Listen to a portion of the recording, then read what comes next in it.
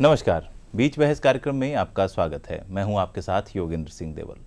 बीच बहस कार्यक्रम में हम हर बार आपके साथ कुछ ऐसे मुद्दों पर चर्चा करते हैं जो प्रासंगिक तो होते ही हैं, साथ ही वो आपके लिए, समाज के लिए और राष्ट्र के लिए बहुत महत्वपूर्ण भी होते हैं। वर्ष 2014 में भारत की जनता ने एक उम्मीदों के शासन के पक्ष में मतदान किया। उन्होंने मतदान किया एक सुशासन के लिए, उन्होंने मतदान किया सुरक्षा के लिए, व्यापार, रोजगार, कृषि और जीवन के हर उस पहलू के लिए जिससे राष्ट्र का विकास हो सके। जी हाँ, हम बात कर रहे हैं मोदी सरकार के पिछले 8 वर्षों की। पिछले 8 वर्षों में क्या कुछ सकारात्मक रहा, क्या सरकार के सामने चुनौतियां रही और उम्मीदों के इस रोड पर कितना खरा उतर सकी है मोदी सरकार। इस बारे में चर्चा करने के लिए स्टूडियो में हमारे साथ मौजूद हैं पंकज राज जी। पंकज जी, स्टूडियो में आपका बहुत बहुत स्वागत है। चर्चा को आगे बढ़ाने से पहले मैं हमारे दर्शकों को बताना चाहूँगा कि पंकज राज जी भारतीय किसान संघ के पूर्व महामंत्री रह चुके हैं। आइए चर्चा को आगे बढ़ाते हैं। पंकज जी, अगर हम पिछले 8 वर्षों की बात करें तो पिछले 8 वर्षों को अगर हम बांट कर देखें तो मोदी गवर्नमेंट फर्स्ट और सेकंड में अगर इसको अपन बांटते हैं तो आपके नज़रिए से कौन सा कार्यकाल, वैसे ये कहना ठीक नहीं होगा क्योंकि सेकंड जो अभी टर्म है अभी चल रहा है, लेकिन फिर भी मोटे तौर पर कौन सा कार्यकाल ज़्यादा अच्छा रहा है?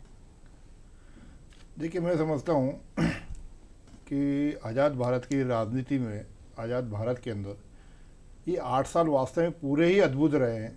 हम इनको टर्म के हिसाब से तुलना करेंगे तो भी वही निष्कर्ष निकलेगा, और एक एक साल को देखेंगे, एक एक पल को देखेंगे तो वास्तव में ऐसा लगता है कि देश का गौरव, देश का सम्मान ये बढ़ाने का काम इन 8 सालों के अंदर हुआ है।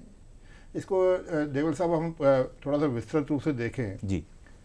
2014 में जब मोदी सरकार बनी उससे पहले का एक लगातार करीब 15 से 20 साल या यूँ कहे 30 साल ही मानिए, एक ऐसा कार्यकाल था कि जिसमें राजनीतिक उथल पुथल अस्थिरता बहुत ज़्यादा हुई जी। और जब राजनीतिक अस्थिरता कहीं भी होती है, किसी भी देश में होती है, चाहे वो राजतंत्र के समय हो या लोकतंत्र के समय हो, जब राजनीतिक अस्थिरता होती है तो विकास कहीं ना कहीं रुक जाता है, और जब विकास रुक जाता है तो देश का जो जनमानस है उसके अंदर संशय बढ़ जाता है, उनमें अस्थिरता बढ़ जाती है। तो पिछले 30 साल तक, 2014 से पहले के जो 30 साल थे उसमें लगातार राजनीतिक अस्थिरता के कारण से देश का जनमानस एक निराशा का माहौल था जी। और जब 2014 के अंदर मोदी सरकार आई तो देश की पूरी 130 करोड़ की जनता ने, मैं समझता हूँ, मोदी सरकार को इसी विश्वास के साथ चुना और इसी विश्वास के साथ उन्होंने मोदी सरकार को आगे बढ़ाया कि शायद ये मोदी सरकार निराशा के माहौल से निकाल सके, ऐसा उनको उम्मीदें बंधी। और वो उम्मीदें ही इन 8 सालों के अंदर पूरी पल पल में हुई। इसको हम इसको अच्छे से बखान कर सकते हैं। आज अगर देखा जाए तो विकास का जो जितने भी सभी सेक्टर हैं वो वास्तव में अद्भुत स्पीड के ऊपर बढ़ रहे हैं। मैं आपको याद दिलाऊँ, एक छोटा सा मैं एक उदाहरण से आपको तुलना करना चाहूँगा जी। हमारे देश में नेशनल हाईवेज का निर्माण 2014 से पहले की अगर बात करें तो 12 किलोमीटर प्रतिदिन की स्पीड से बना करते थे, और आज वही नेशनल हाईवेज का निर्माण 36 किलोमीटर प्रतिदिन के हिसाब से हो रहा है। आप देखिए किस प्रकार से परिवर्तन हुआ है, एकदम से 3 गुना अधिक नेशनल हाईवेज का निर्माण होने लगा है। और मैं आपको एक बार फिर याद दिलाऊंगा, अमेरिका के राष्ट्रपति हुए थे जॉर्ज बुश फर्स्ट जो थे जी जी। तो उन्होंने एक बड़ी अच्छी बात कही थी। उन्होंने कहा कि अमेरिका संपन्न है इसलिए नहीं कि मतलब संपन्न इसलिए नहीं है कि यहाँ की सड़कें अच्छी है, संपन्न इसलिए है कि यहाँ की सड़कें के कारण से हमारा विकास की स्पीड अच्छी है। तो आज देखिए कि जिस प्रकार से 36 किलोमीटर प्रतिदिन जो नेशनल हाईवेज का निर्माण हो रहा है उससे हमको न केवल एक मजदूरों को रोजगार मिल रहा है, आर्थिक प्रक्रिया जो है बहुत तेज़ी से बढ़ने लगी है, और इसी कारण से आज हमारे यहाँ देश में संपन्नता बढ़ने लगी है। जी। पंकज जी, इन पिछले 8 सालों में ऐसी कौन कौन सी प्रमुख योजनाएं रही हैं जिन्होंने जनमानस में या जनता के बीच में आमूल चूल परिवर्तन पैदा किया है?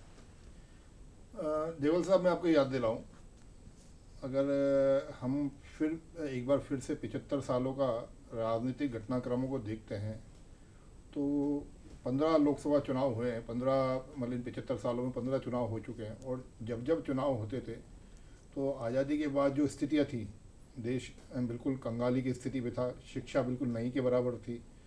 तो जब भी राजनीतिक गतिविधियां होती और चुनाव होते तो गरीबी हटाओ के नाम पे चुनाव होते थे जी।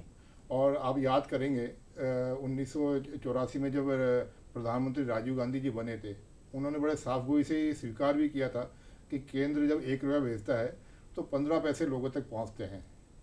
तो कुल मिला के एक देश में ऐसी स्थिति थी कि जनता को गरीबी हटने का बड़ा इंतजार था। गरीबी हटाओ का नारा तो सुनने में अच्छा लगता था, परंतु गरीबी हटने का इंतजार था और गरीबों की स्थिति अच्छी हो, इसके ऊपर कोई काम हो, कोई योजना है, इसके ऊपर जनता इंतजार कर रही थी। और वो वास्तव में इन मोदी सरकार के 8 सालों के अंदर हुआ। मैं केवल आपको 2 योजनाओं का बारे में बता के अपनी बात स्पष्ट करना चाहूँगा जी।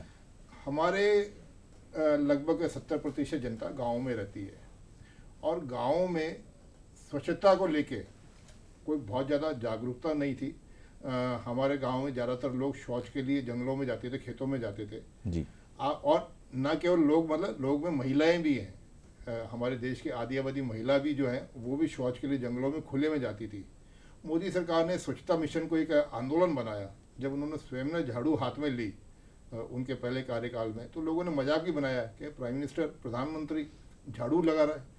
परंतु जब ये स्वच्छता मिशन एक आंदोलन बना देश में, आज आप विश्वास करेंगे कि देश में मोदी सरकार के कार्यकाल के अंदर 11 करोड़ से ज़्यादा टॉयलेट्स बने और आज 89% जनता जो टॉयलेट्स में, क्लीन टॉयलेट्स में और जो पानी युक्त टॉयलेट्स है उनके अंदर शौच के लिए जाती है।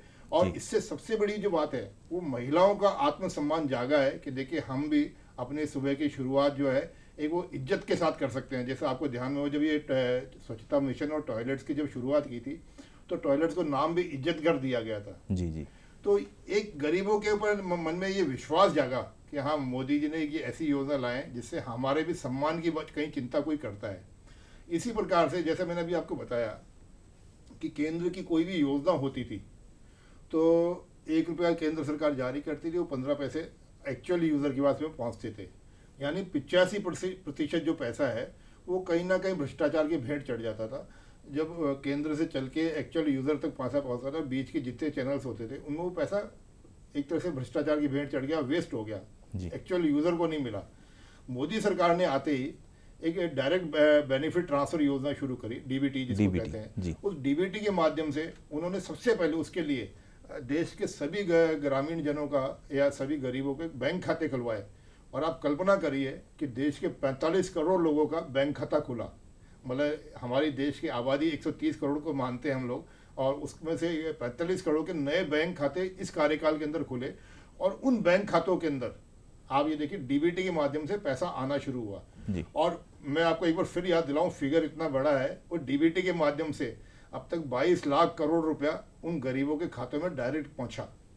आप 22 लाख करोड़ की कल्पना करिए। अगर जिस प्रकार से राजीव गांधी जी कहते थे 85% पैसा भ्रष्टाचार की भेंट चढ़ जाता है, इस 22 लाख करोड़ का 85% अगर भ्रष्टाचार की भेंट चढ़ गया होता तो देश के क्या स्थिति होती हम सोच सकते हैं। आज वो पूरा 22 लाख करोड़ रुपया एक्चुअल यूज़र के, गरीबों के, किसानों के खाते में पहुंचा है। ये वास्तव में बहुत बड़ी उपलब्धि है। और मैं ये समझता हूँ कि जिस प्रकार से पिछले 8 साल में गांव, गरीब, किसान, महिला, इनके उत्थान के लिए जो मोदी जी ने काम किया है वो वास्तव में अभूतपूर्व है। और आप इसको केवल ये आज टीवी चैनल के माध्यम से कहना या भारत में कहना या जयपुर में कहना ही नहीं है। आज देश भर की जो, विश्व भर की जो संस्थाएं वो भी इस बारे में तारीफ कर रही है कि पिछले 8 साल के अंदर मोदी गवर्नमेंट ने गरीबी उत्थान के लिए जो काम किया है वो अभूतपूर्व है। जी। पंकज जी, आपने गांव, गरीब, महिलाओं की बात की, तो मोदी जी किसानों की जो आय को दुगना करने के लिए भी हमेशा कहते रहते हैं और उसके लिए कृत संकल्पित भी हैं। इसके लिए क्या सरकार ने क्या कुछ प्रयास किए हैं, क्या उनकी मंशा रही है इस बारे में? देखिए, हमारे देश की लगभग 65-70% जनसंख्या गाँव में रहती है और उनका आर्थिक उपार्जन जो है वो कृषि से ही होता है जी। कृषि करते हैं, कृषि का आदान प्रदान करते हैं, उससे ही उनका आर्थिक उपार्जन होता है।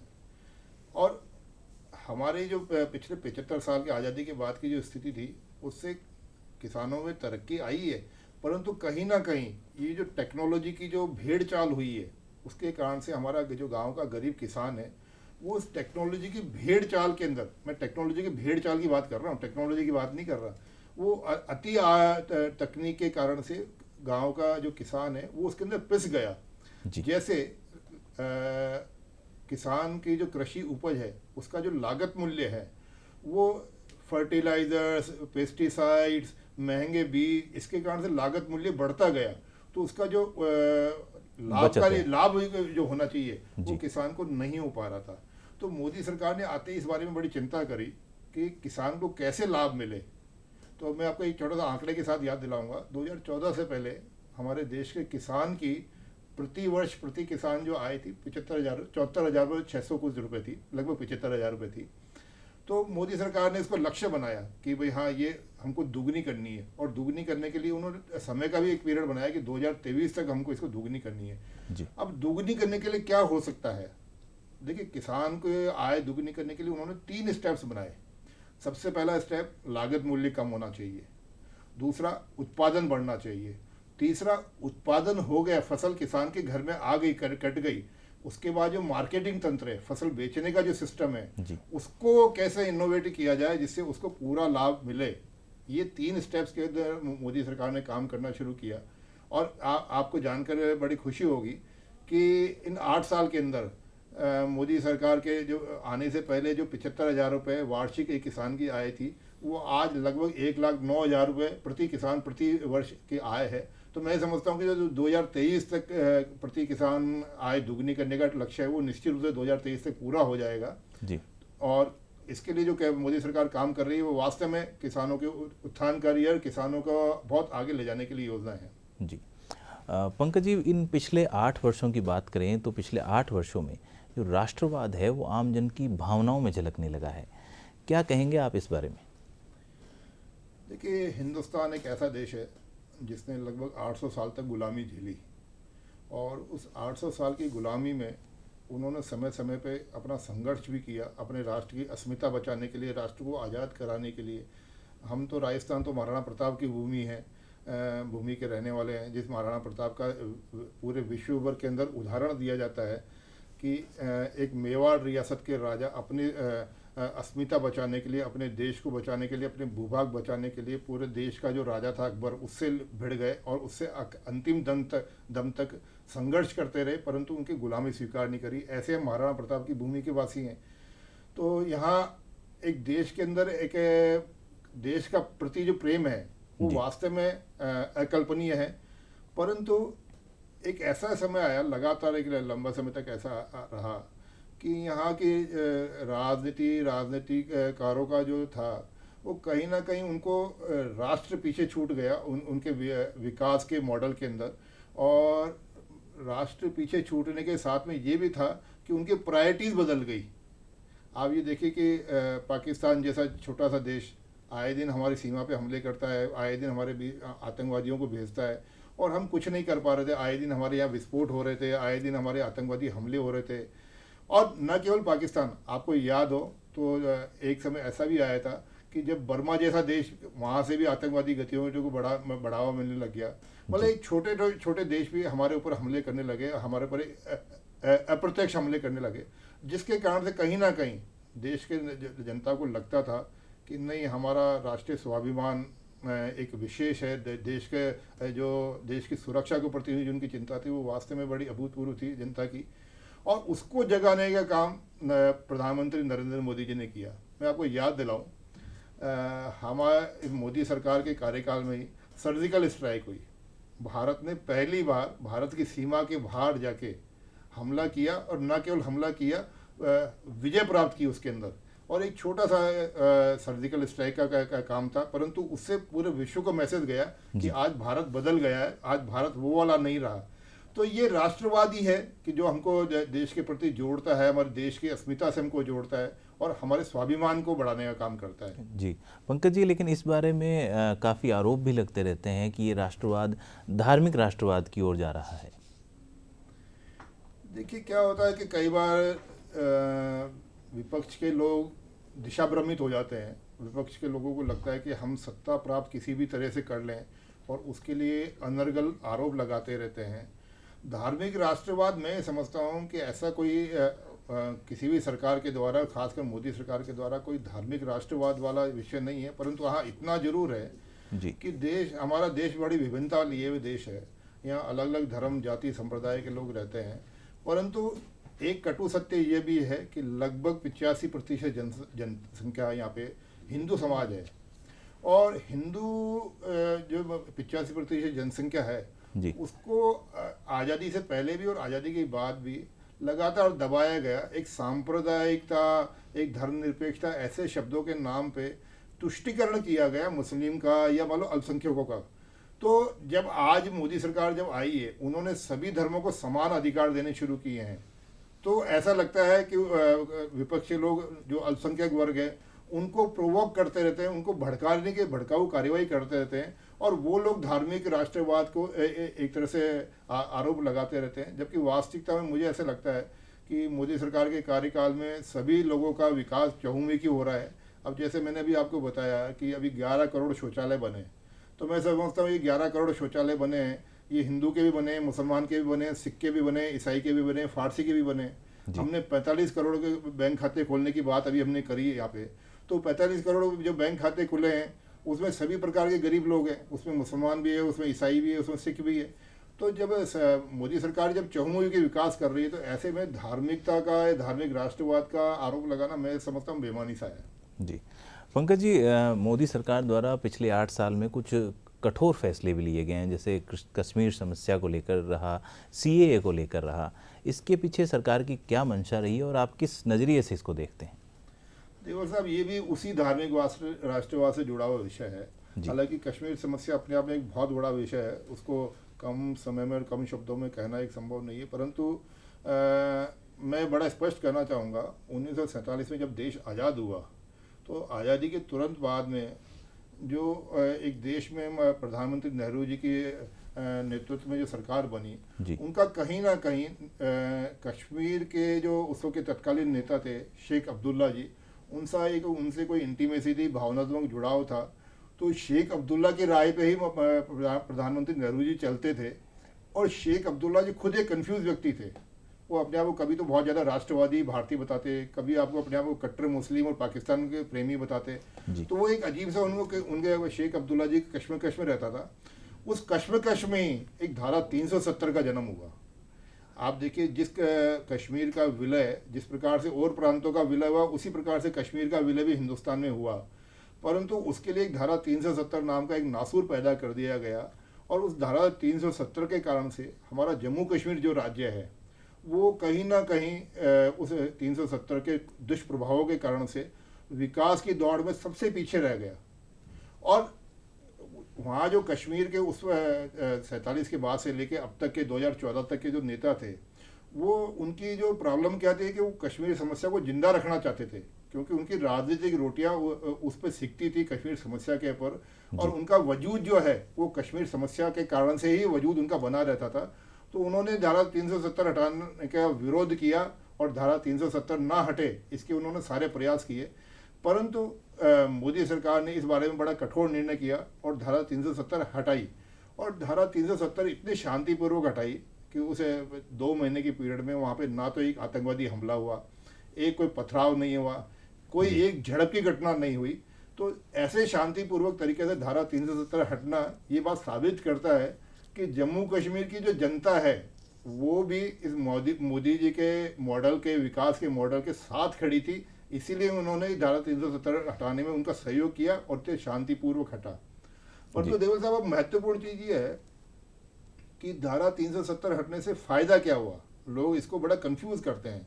मैं आपको बताऊं, धारा 370 हटने से अब वहाँ एक तो इन्वेस्टमेंट होगा, तो जो कश्मीर की खूबसूरती है, एक पर्यटन है, वो विकास होगा। कश्मीर में इंडस्ट्री डेवलप होगी, और इंडस्ट्री डेवलप होंगी, पर्यटन डेवलप होगा, तो निश्चित रूप से रोजगार भी बहुत अच्छा वहाँ डेवलप होगा। तो वहाँ आरक्षण नहीं मिलता था। आप ये देखिए, वहाँ के जो ST/SC वहाँ के जो मूल निवासी हैं, आदिवासी हैं, जो वाल्मीकि समाज है, उनको आरक्षण नहीं मिलता था। अब धारा 370 हटने से बाकी भारत की जैसे वो हो गया, तो वहाँ आरक्षण नहीं मिलने लगा। और अभी आपने कुछ दिनों पहले पढ़ा हो कि जो जम्मू कश्मीर का जो परिसीमन हो रहा है, उस परिसीमन के अंदर अनुसूचित जाति और अनुसूचित जनजाति को विधानसभा सीट भी आरक्षित मिलने लगेगी, और सरकारी नौकरी में उनको पूरा स्थान मिलने लगेगा।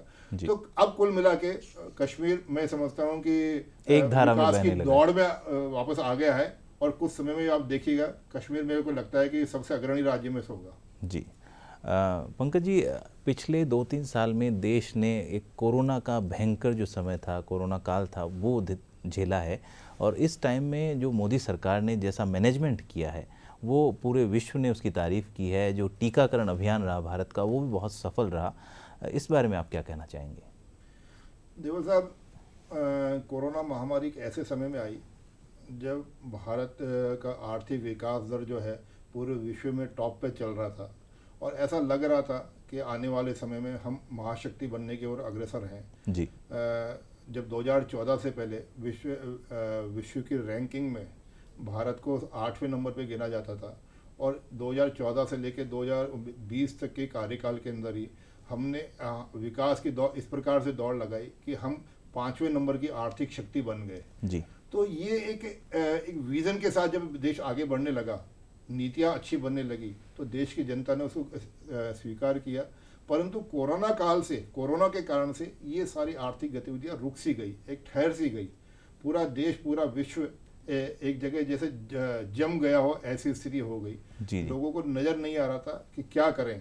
लोगों को इतनी दहशत थी कि हम कल रहेंगे कि नहीं रहेंगे, ऐसा भी एक माहौल बनने लगा। और ऐसे समय में मोदी सरकार ने जिस हिम्मत और मुस्तैदी के साथ में जनता के बीच में काम किया, मैं ये समझता हूँ कि वो अभूतपूर्व था।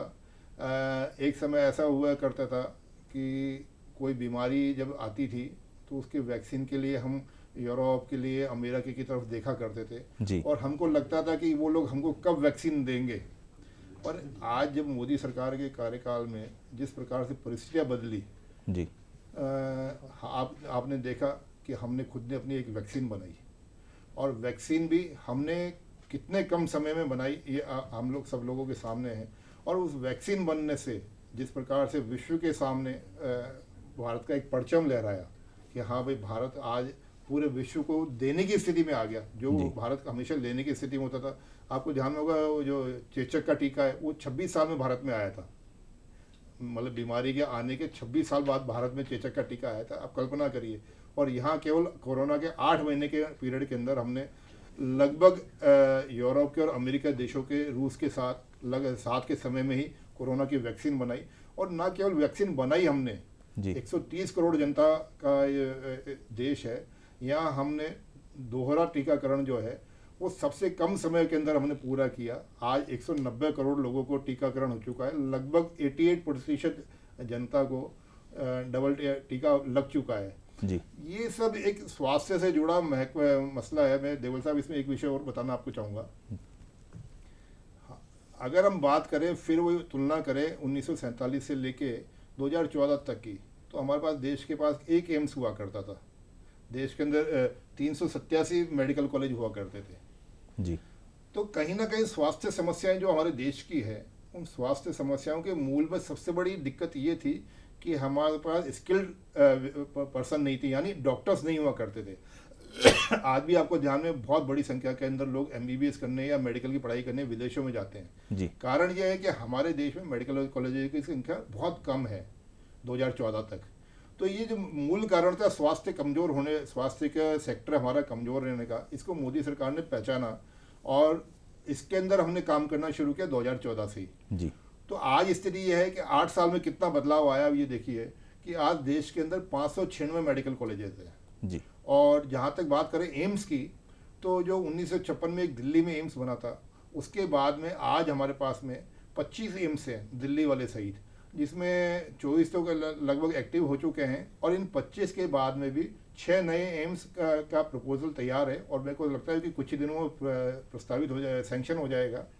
तो जो कंसेप्ट है वो कंसेप्ट ये है कि हम लोग प्रत्येक राज्य में एक मेडिकल कॉलेज हो जाए और इसी प्रकार से धीरे धीरे हम इस स्थिति में आ रहे हैं कि प्रत्येक जिले में एक मेडिकल कॉलेज हो जाए। तो अगर जब हम स्वास्थ्य की स्थिति के चहुमुखी के विकास करना चाहते हैं तो इस प्रकार से डॉक्टर्स की अवेलेबिलिटी जब अच्छी होगी तो निश्चित रूप से स्वास्थ्य भी अच्छा होगा, लोगों के स्वास्थ्य निरंतर ठीक होता रहेगा। जी पंकज जी, आप हमारे स्टूडियो में आए और मोदी सरकार के पिछले 8 साल के कार्यकाल के आपने सकारात्मक पक्ष और चुनौतियों दोनों को आपने हमारे दर्शकों के साथ बड़े अच्छे तरीके से साझा किया, उनको समझाया। इसके लिए आपका बहुत बहुत धन्यवाद।